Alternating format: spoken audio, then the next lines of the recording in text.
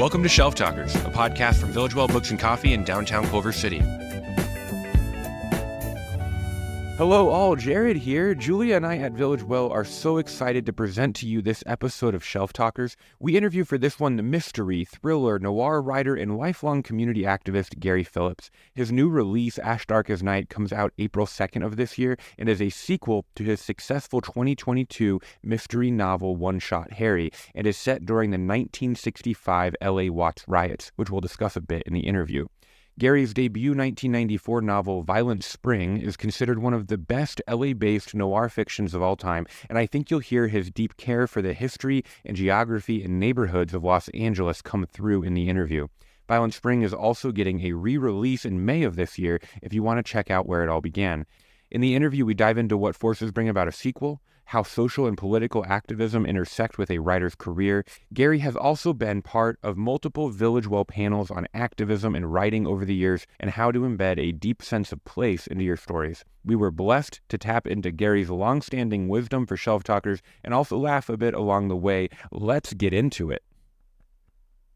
Welcome back to Shelf Talkers, a podcast from Village Well Books and Coffee. Here we interview writers about their newest releases, writing process, and what they are themselves reading and passionate about. My name is Jared Kassabaum, and sitting next to me is my co-host and co-bookseller here at Village Well, Julia Elizabeth Evans. How you doing, Julia? Before the podcast started, we had a great joke from our man Jared, and I'm floored. I'm speechless. I can't follow it up. And wow, what a tease to not even tell him the joke. Yeah, I think I'm teasing the mystery here. Oh yeah, you're making sure it's a wide open plane so that the mystery of the mystery man himself is able to do it. Well, let's jump right into talking about who we're interviewing here today. At Village Well, our main mission is pursuing and building community while talking about books, and there's almost no one better to do that mission with than our guest today, Gary Phillips. There's so much to dive into here. Gary, how are you doing today? Thank you so much for being here. Thank you for having me, Jared and Julia. Yeah, so our first question for all of our guests is, would you be willing to write a shelf talker for your new release, Ash Dark as Night, which is just a pitch, like 1 to 2 sentences. So you want to know what I would write for my shelf talker for Ash Dark as Night? Yeah, those little recommendations you see around the shop. Yeah, hanging off the end of the shelves there, which are really kind of nice. I suppose then my shelf talker for Ash would be, once again, Harry Ingram gets his head beat in by the cops and unravels a bigger mystery. Wow, that's great. And we love to see that it's a sequel to One Shot Harry, so that Harry Ingram is the main character in One Shot Harry, the novel that came out in 2022. And then Ash Dark as Night is that sequel. How's the response been to One Shot Harry, and how exciting has it been to make this sequel? Well, you know how it is in the book business, particularly if you're a writer, it's always up and down, although I have to really give props to Soho Crime for really getting behind the book and really doing a lot of work in terms of the promotion, sending me out there. We got some nice reviews. We got a little interest from Hollywood, but on One Shot Harry. On One Shot Harry, but I've been down that road several times before, so I don't get too excited until they give me some money. Long roads, just to sound mercenary about it, but then you can't let that distract you, because you've got to now figure out the next book and the book after that and so forth and so on. So for me, it's concentrating, I think, on Ash Dark as Night, which is now, I suppose, about 2 years time going from where One Shot was. One Shot was in 63, Ash starts in 65, and in particular, Ash begins on the first page, right smack dab in the middle of the Watts riots, the Watts uprising, insurrection, depending on your political point of view. But Harry's once again out there taking shots, taking pictures, trying to capture the time and just the mood and all that's happening. And of course, then stumbles into something that eventually becomes bigger than what he intended. That's great. I mean, your stories have such a place to them, and they are also historically grounded. And it's fun to see that. And I think we'll get to that in a second too. But I also want to ask, with the mystery genre specifically, what is it about the mystery, noir, crime, thriller genre that compels you to write within that genre throughout so many years? I mean, you've been writing in that genre for decades, and again, over 20 novels. That's right. That was before typewriters, wasn't it, Grandpa? But yeah, I have been doing it for a while. I think one, of course, I was a fan of mysteries, or I stumbled into mysteries pretty early in my reading career as a kid. Oh, I guess I started with science fiction, really influenced by Twilight Zone, a whole bunch of Marvel comics that I read. And then somewhere, I think in my early teens, I finally got into reading mystery novels in high school. Anyway, that made me a big lifelong fan. What were some of the earliest mysteries that you were stumbling upon? Members of the canon, I would say, Dashiell Hammett. But I also discovered Chester Himes. I discovered Chester Himes because in the 70s, there were a couple of films that Ossie Davis, or I guess Ossie, maybe he produced both of them, but I think he directed the first one, based on a couple of Chester Himes books, Cotton Comes to Harlem and Come Back, Charleston Blue. And Chester Himes was a kind of very interesting character in and of himself, right? He served time in prison, but then he wrote these novels of these two black detectives in Harlem. Although, by the way, he'd never really been to Harlem that much. So it's kind of a surreal, strange, absurdist kind of Harlem that he created, and the situations around the novels. Anyway, so seeing the movies turned me on to Chester Himes, Dashiell Hammett, as I mentioned, and funny enough, and you wouldn't necessarily see it in my work, although it's there, but it's buried sort of deep. I was really influenced by Ross MacDonald and the Lou Archer books, which were contemporary novels of the time period. And Lou Archer was just a kind of fascinating character to me, or the way that MacDonald portrayed him. And then, of course, also because of the movies, discovering or going into the works of Raymond Chandler. So the mystery, when you're a kid, when you're a teenager and you're reading these, are you like leapfrogging from sci-fi to mystery, or did you just fall deep into the mystery? Yeah, I think they all kind of blended together. You know what I mean? You would read something by Asimov, and then the next week or so I'd read something by Chandler. Or in those days, they were also reprinting the pulp characters from the 30s, in particular Doc Savage and The Shadow. And so I was kind of I stumbled onto those. And once I stumbled onto those, and I was reading that as well. So the comic book stuff, all that stuff is always a jumble in my head, and invariably comes out in the work that I write. I just have a quick question then, too, thinking about the Twilight Zone. Is the Twilight Zone a mystery series, or is it a sci-fi series? Yeah, that's a great question. Or is it a fantasy series, right? I think it's elements of all that. What you find within those stories, certainly the original stories. I suppose even now the how many times has it been revised? 2 or 3 different times, right? And then lastly with Jordan Peele, and then when Serling came back to TV, he specifically then for Night Gallery did more horror stories. So there was definitely a different departure than what he had done on Twilight Zone.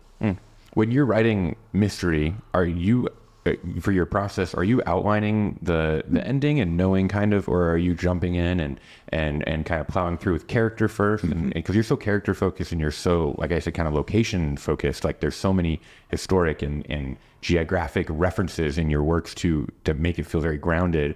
But then how much of that are you like outlining out as the mystery? Yeah. And how much of that are you kind of plowing forward through the character? I outline pretty extensively. I used to do even more detailed outlines, like 20 or 30 pages, man, but that got to be onerous. So I said, well, yeah, you don't need to do all that. I kind of know what I'm going to write.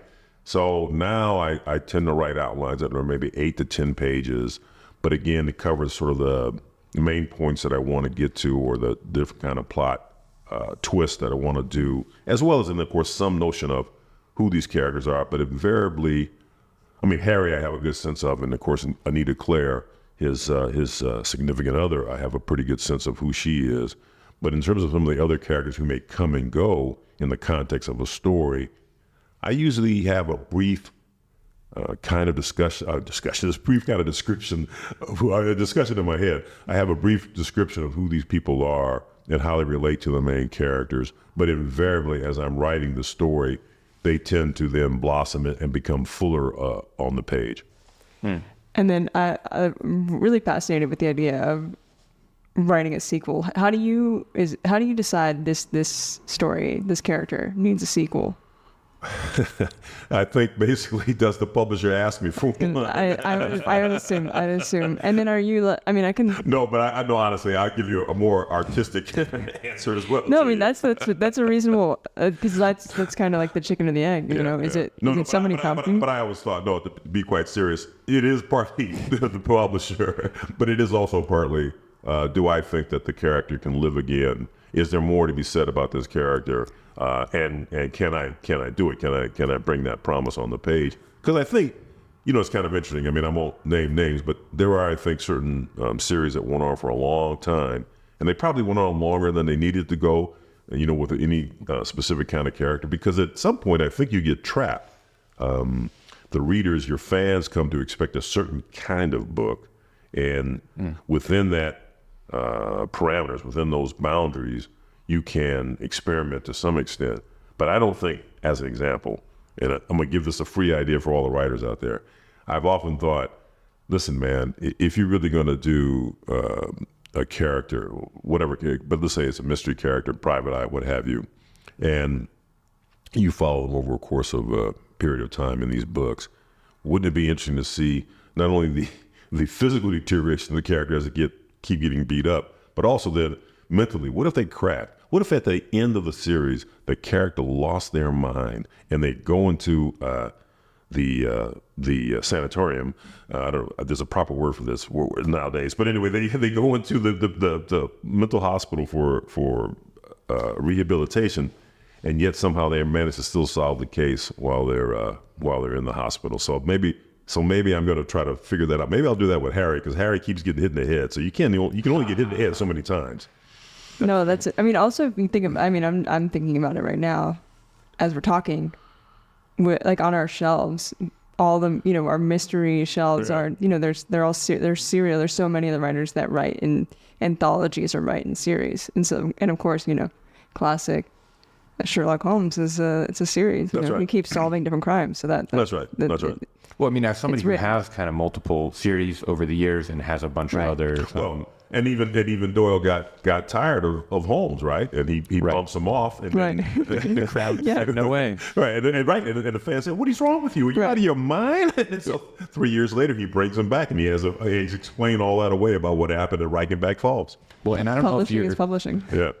And I don't know if you're able to answer this for Ash Darkest Night, but like when you're thinking of a mystery story like this, did you come? I know you joked about the publisher being the impetus for this, but is there an element where you're like thinking of a story and you're like, would that be a Harry Ingram story, or would that be a story for a new character, but maybe with the same plot twist or the same background? No, definitely on the reel. I was already thinking as I was finishing up One Shot Harry. I really, to be very on the reel, I really did know that the next Harry book would be set in Watts, during the Watts riots. I already knew that up ahead.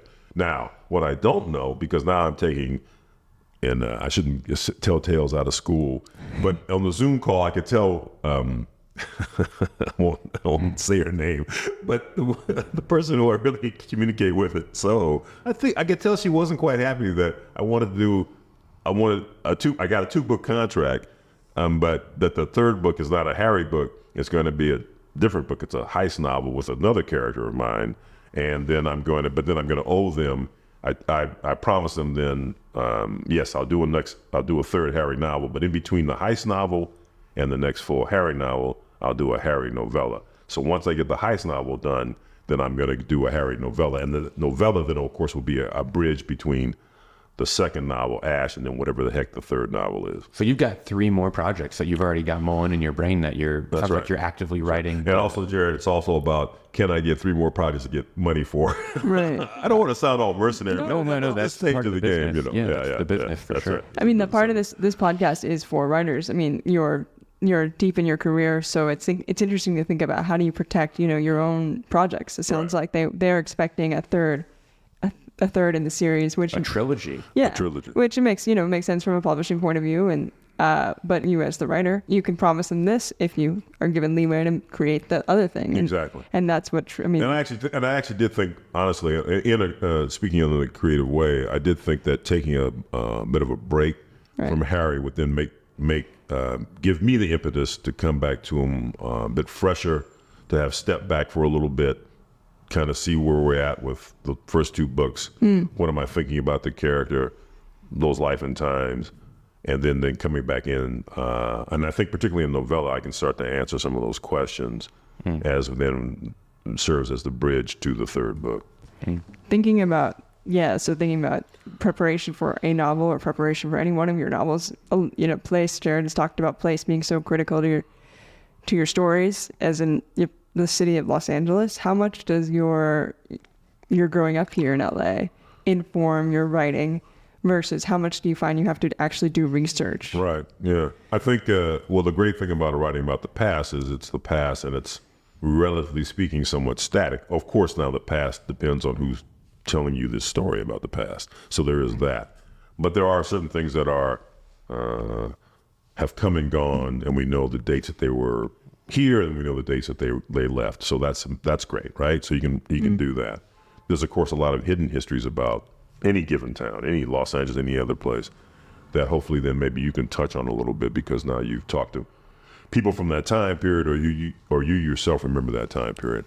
But I really do think, and it's a great question, Judy, because it does say the Los Angeles of now, or the Southland of now, is not the LA I grew up in. I still live here. I still drive around here, but everything has changed. I mean, look, we're looking out here at the beautiful downtown Culver City. Right. Beautiful downtown Culver City used to be a pit. Yeah. I mean, you know what I mean?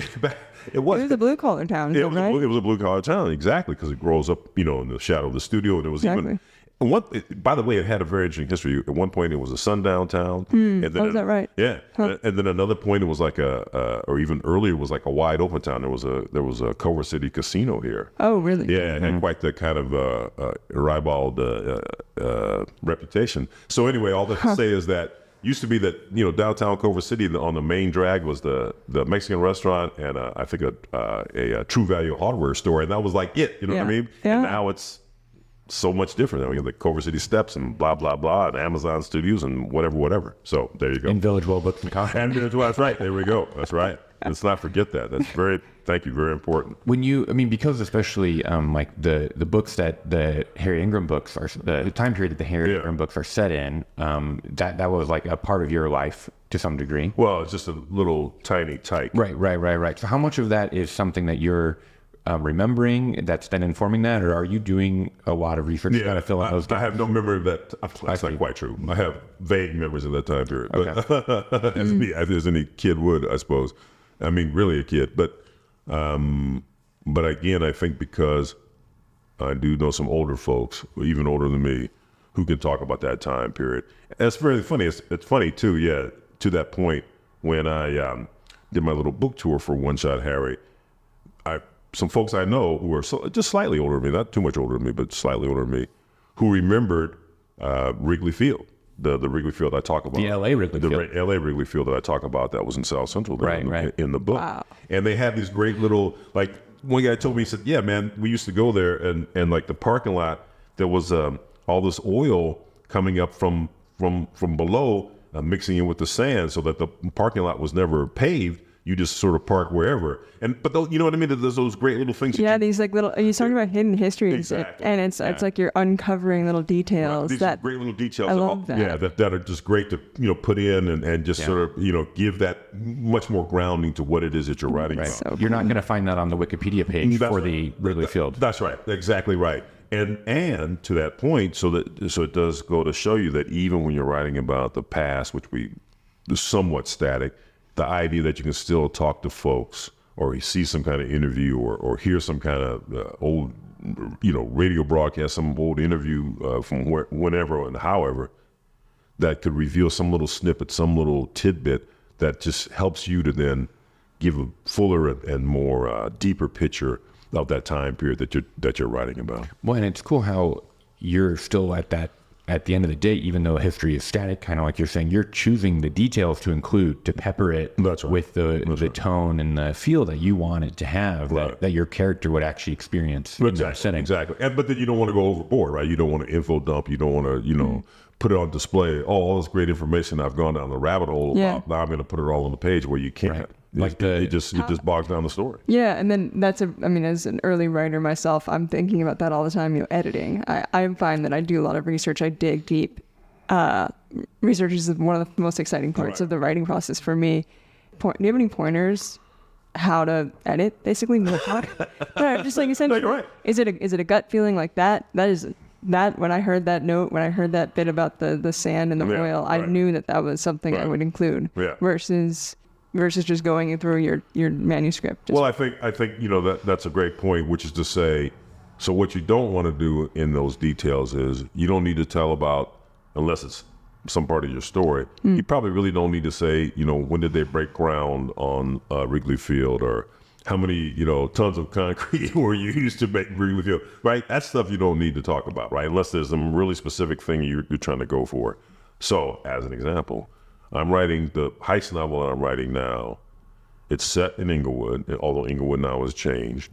Sure. I'm taking a tech character, not unlike certain tech characters, and not unlike the tech characters who build arenas for the teams that they own, which is happening now in Inglewood. But then I'm fictionalizing because I don't want to get sued, but also because I'm going to take a lot more liberties. But the idea being that I did go down a bit of a rabbit hole because I am a nut about construction and how you build things and just kind of find those things fascinating. By the way, my grandson does too. Anyway. Beautiful. I know. Right. Reading about the new arena, because they've done, videos about it, promotional videos about it. And it's just kind of massive. And then also didn't even think about how they built SoFi Stadium, and they had to build it slightly below ground because of the flight path and this, that, and the other thing. But the idea being that, if you got $2 or $3 billion, well, what does that look like at the end of the day? What does that structure, entail? And the retail shops, and then trying to be cognizant of the neighborhood, and are we impacting rents, and are we forcing people out? All these are factors that come into play. So I researched that, and I knew some of that, but then I just could only sprinkle in little bits of that in the context of telling you this story, because I'll give this away. The heist in my story takes place during the opening of this new spectacular arena for this basketball team, and the thieves are there that day, but they're not there to steal receipts, because in the old days the receipts would be, or people would pay money to come in, but of course now it's all credit. So the question is, what are they after, and why are they there opening day, and why do they think they can get away with it during opening day? And it's set in the present? It's set in the present, yeah. Okay, very fun. That's so fun. Thanks for giving us so many snips of your upcoming project. Well, this is such a good teaser for so many upcoming books. Yeah, just how enthralled you are, but also how enthralled you are in all different parts of your own stories. It just really means a lot to me as a reader and a writer. Just gets me excited to go home and read your books and to continue to write. Well, and I think that even ties into kind of our next question about like your story, right? I mean, you wrote Violent Spring while you were working for the Liberty Hill Foundation. That's right. Is that correct? That's right. So that's like an activist organization, and you've been a part of many kind of activist or kind of collectivist organizations. You were a union rep for a while, as I understand it, right? And you worked for the Coalition for against Police Abuse, right? That was, I believe, at the very beginning of that was your career, very grassroots, while I was still in college. So how did those experiences, working as a community organizer in those different settings, like influence your writing, and how has that like impacted, especially in that first one, Violent Spring, but of course everything since then, since writing has become more your main profession? Well, you're right. So it's certainly fair to say that the sort of social political context of issues and neighborhoods and the changing environments of not only LA but other cities as well invariably has worked its way into some of the plots of some of my books, particularly I think early on, as you mentioned, Jared, Violent Spring, which features my black private eye character, Ivan Monk. And I wrote 4 Monk novels and several short stories, and at some point, somewhere down the line, I'm going to write that 5th and final Monk novel, I suppose. But anyway, so invariably I knew early on that the Monk novels would have that as the kind of backdrop, the kind of spine to whatever story I was going to weave in terms of the mystery. But then I've gone away from that, so I've written like now talking about the heist novel.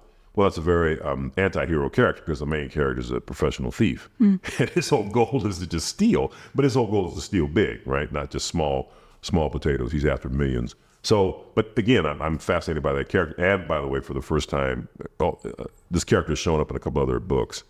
culprits, and then Warlord of Willow Ridge. His name is O'Connor. He just goes by O'Connor.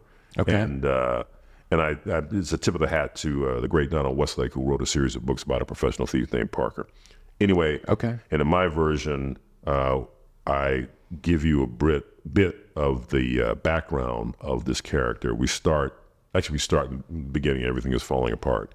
And then we go backward to the 90s when he's just a kid, like a teenager, and growing up in the neighborhood. And he's just called OC in those days, and he's a foster home kid.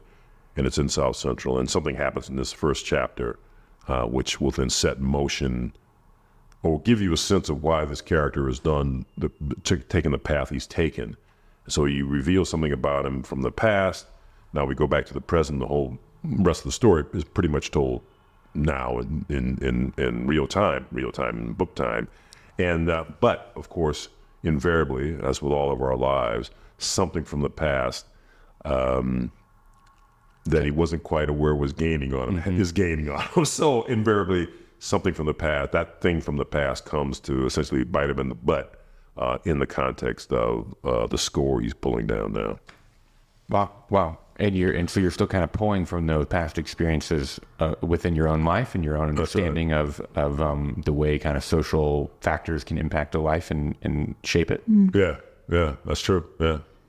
Yeah, and then that's, kind of to round out the question, I'm constantly entangled in the question of activism over art, or activism and art. Yeah. And the idea that one only has so much bandwidth, and it's so That's right. It's so impressive that you were and you are involved. And But I'm not really. All fair to say, I'm not really involved on the ground floor anymore. And although the George Floyd stuff, everybody was out. Right. But really, it's. I sit on a couple of boards now, but it is activist. But my activism days are long past me. I guess, but how do you decide? How do you, when you're as a young person too? How do you? Is it just a natural progression? You're an activist, and then you're also moonlighting as a writer. At what point? Honestly, are you so this is, everybody, the next generation's coming up, and I guess, how do you think about your writing as a form of activism? Well, I like to think that the writing, as we've talked about, reflects something about the social political context in which it appears or which it draws on. But I don't fool myself to believe that. Well, I shouldn't say it like that, because I think I like to think that some writing can affect people, right? That some writing can maybe give you a certain sense or a certain different viewpoint, and maybe you will think about that. Although God knows, in these polarized times, maybe that's not maybe that can't happen just yet. Maybe it'll have to be another 20 years before that wheel turns back around. But all that to say is the activism is so grounded in me and so much a part of my life. There's no way that I could just shut that door, and now I'm just going to write stories about cops and robbers. Yeah, right on. Or if I'm going to write a story about cops, there's no way I could just write a story about cops from a cop's point of view and not talk about brutality, or not talk about excessive force, and not talk about all the real problems that we know plague us in certain communities when it comes to the police force. So invariably, I think that's going to shape how I approach the subject matter. Yeah, it's your foundation. Yeah, absolutely. No, I think that's beautiful. because even last year that you were on, about a year ago, I think, if I looked at the calendar correctly, you were on a panel here talking about. It was just me going on. Okay. I saw some photos, but I wasn't quite sure. Yeah. That was before my time working at Village World. Yeah, absolutely. Yeah. So just to kind of even give credit, that you might not be boots on the ground as you see it, but there's still so many people who are looking up to you for that advice and for that wisdom and from your career. I don't know about that, but anyway, but hopefully it's somewhere in the work and somewhere there that can be found if people have an interest. Yeah, absolutely. I think, growing up in Los Angeles, so many of your stories obviously are set here. You were talking about Culver City changing, and you talked about your own neighborhood changing, but how has your relationship with Los Angeles evolved over the years? Obviously as a person living here, but also as a writer and trying to write about it. I think that's a great question. It's funny, I just was doing a scene or a passage where it's set out in Riverside. And, I kind of know Riverside, but I don't really know the neighborhoods of Riverside. And it was just kind of a passing scene, so I could kind of get away with sort of skating on the surface.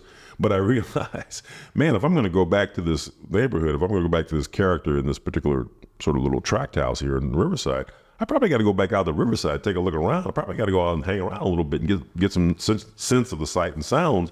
And what does Riverside look like now, where folks are getting, priced out of the rents and such in Los Angeles proper, and in fact are moving out to the Inland Empire? What does that mean? What kind of change is that happening? What is that doing to the housing stock?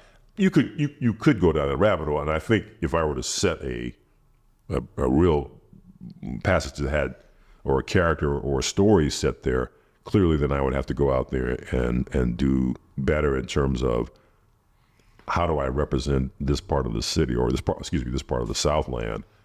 I can get away with it because the character will kind of just kind of coming and going, and then we're out, gone. Sure. So all I got to do is tell you what street it is, or I don't even have to tell you what street it is. I just had to tell you what freeway it is to get on to get back, to go back out. But talk about sense of place. Yeah, exactly. That's right. What you can do in the Southland, because we take all these freeways. But obviously, look, even in Culver City, if I were going to write about Culver City now, but if I were going to write about Culver City now, I really don't know Culver City. I have folks who I know who've lived there for some time. So if I was going to kind of fool around with it, do a version of, there was a great little movie with James Spader. I think it was called 2 Days in the Valley, where he's a hitman and he's got this stopwatch. Anyway, it's a crazy little movie. And so I was thinking, oh, hey, we should do 2 days in Culver City. But if I do 2 days in Culver City, then I got to really kind of walk around and really get some sense of place and streets and what have you, and just sort of the pace of things, if you're going to really give it any kind of justice on the page. So I think all that to say is that if I'm going to use a place, if the character's moving in and out of place, fine. I can be pretty well surfaced. But if the character's going to spend any time there, then you really then you yourself, I think, as a writer, are called upon to do your research. And it's not just looking on online. It really is going out and walking around and getting a sense. I think it's so beautiful how, at least what I hear from that too, is that you have like an inner, almost ethical responsibility to represent the neighborhoods and the people that you're talking about correctly, in a way that is like dignifying but also realistic. And I think that's cool that you have that. Yeah. Well, otherwise you're gonna get jammed up anyway, right? Yeah. If you totally misrepresent these people, man, it's like, if I were to write a story about Boston, I have almost no sense of what Boston's like other than from Parker's Spencer novels, right? And even then, I know those are outdated, right? I know that that's not the Boston now, and I can look at different kinds of movies about Boston, or different movies set in Boston, but even that doesn't tell me anything about what I really need to know. So again, it's like, if I'm going to write something that's about a foreign place, to me a foreign place, and doesn't even have to be a foreign country, it just has to be a different city, then I think you're kind of called on to try to figure out how, at least, if I'm not going to even go in depth, how at least can I kind of give a sense of what that city is like. Maybe because I can hear a interview with somebody, or the mayor, or the city council person, or organizer in the city. Organizer is always great because they really know the streets. That then can at least even give that little snippet, even that little passage you're going to portray, give that a little bit more verisimilitude, a little bit more grit than just normally a surface flyover. It's also a stopgap for quality. If you're with your penchant for digging deep and going and being honest about a place and authentic, it makes your work. Yeah, hopefully, but also it's funny. It reminds me too that we were talking about Chester Himes earlier. You can also go the other way, right? So that if I kind of give you the hint straight up that I'm not going to be authentic, then I'm going to give you a sense of a place and time that really is not true. But maybe it's true in the sense of the emotion that you take away from it, because I think people do in Himes' books, which are not accurate about Harlem in that sense, right? But they are accurate about Harlem in the sense of the emotion that he carries for these two black detectives trying to operate in this sort of white police system, that kind of thing. And as of course the story became more and more his reflections on race and race relations. And finally, when you get his last book, Plan B, which in Plan B, the first part of the book, there's a plot, and then by the latter half of the book, he threw that out the window and just sort of riffed. Anyway, all that to say is that I think you can do both. So I think you can. Yeah, it's an honoring of different approaches. Right. That's right. Yeah, that's beautiful. Yeah. It's a very dignified way of looking at people and places. It even just, I think, shows a peek into your psychology or your sociology of people and a deep respect for that experience.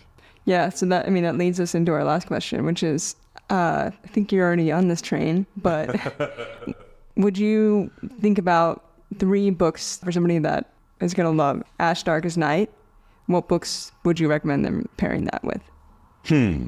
Well, that's very interesting. Oh, my. Let's see. Well, I'm going to play it safe. I think maybe I said this before. No, I didn't. Maybe I gave it when we were talking about One Shot Harry. Anyway, for Ash, I suppose I would recommend they read, here we go. They're 3 nonfiction books, but they're nonfiction books that sit on my shelf that I use as reference books all the time. Amazing. So there's Fire This Time by Gerald Horne, which looks at LA in the 60s, although it's a really kind of a political history of LA in that time period. So he starts in the 50s and he takes us up to the 60s, so he takes us up to the Watts riots. There's, of course, the seminal book, City of Quartz by Mike Davis. What are you going to do, man? You can't go wrong with that because that presages the events of 92. And then I'm thinking Joe Dominic's book, the first one, To Protect and Serve, LAPD's War in the City of Dreams, I think it is. Anyway, the point is it's a first 100-year history of the Los Angeles Police Department. Wow. So it's fabulous. I mean, you talk about little factoids and little pieces of information and just kind of the mindsets of these different police chiefs and what have you, and not for nothing that Chief William Parker, who did in fact root out corruption within the LAPD, but then, as I talk about in One Shot Harry, actively recruited white officers from the Deep South, from the segregated Deep South, to come here to LA to help keep the natives down, and was in fact then the man who would eventually become police chief after him, after a few other chiefs in between. Darrell Gates was Parker's driver, and it's under Darrell Gates that it becomes, in those days of when I was in CAPA and such, was a baptism of fire for me in terms of his view and how he policed South Central, the Batarang, etc., and the creation of SWAT, which he oversaw. It was, one of his officers, who was a Vietnam vet, was the guy who created SWAT. Here in LA. Anyway, so those are 3 books I would recommend to pair with Ash Darkest Night. And CAPA, for those who might not know, is the Coalition Against Police Abuse. Yeah. Thank you so much for sharing those. I think we're excited to make sure that those are on our shelves as soon as this podcast releases, so that anybody can go check those out. Well, thank you so much for being here, Gary. I think we've got to go, but this has been such an enjoyable time. We're so excited for Ash Darkest Night. If you're listening to this, that comes out April of 2024, and the reprint or the new edition of Violent Spring comes out May of 2024. Right. And then 3 more books we learned about today. You look out for those as well. Gary, thank you so much for being here. We're so excited that we're able to put this out and celebrate your new book. Well, thank you, Jared. Thank you, Julia. Thanks for having me. Thanks so much for sharing your approach and all of your ideas. That's such a fun discussion of process. That's great. Yeah. Well, and anybody listening, stick around for a quick rundown of any upcoming events happening at Village Well Books and Coffee. We've got book readings. We got poetry nights. We've got open mics. There's a lot of things going on. Stick around.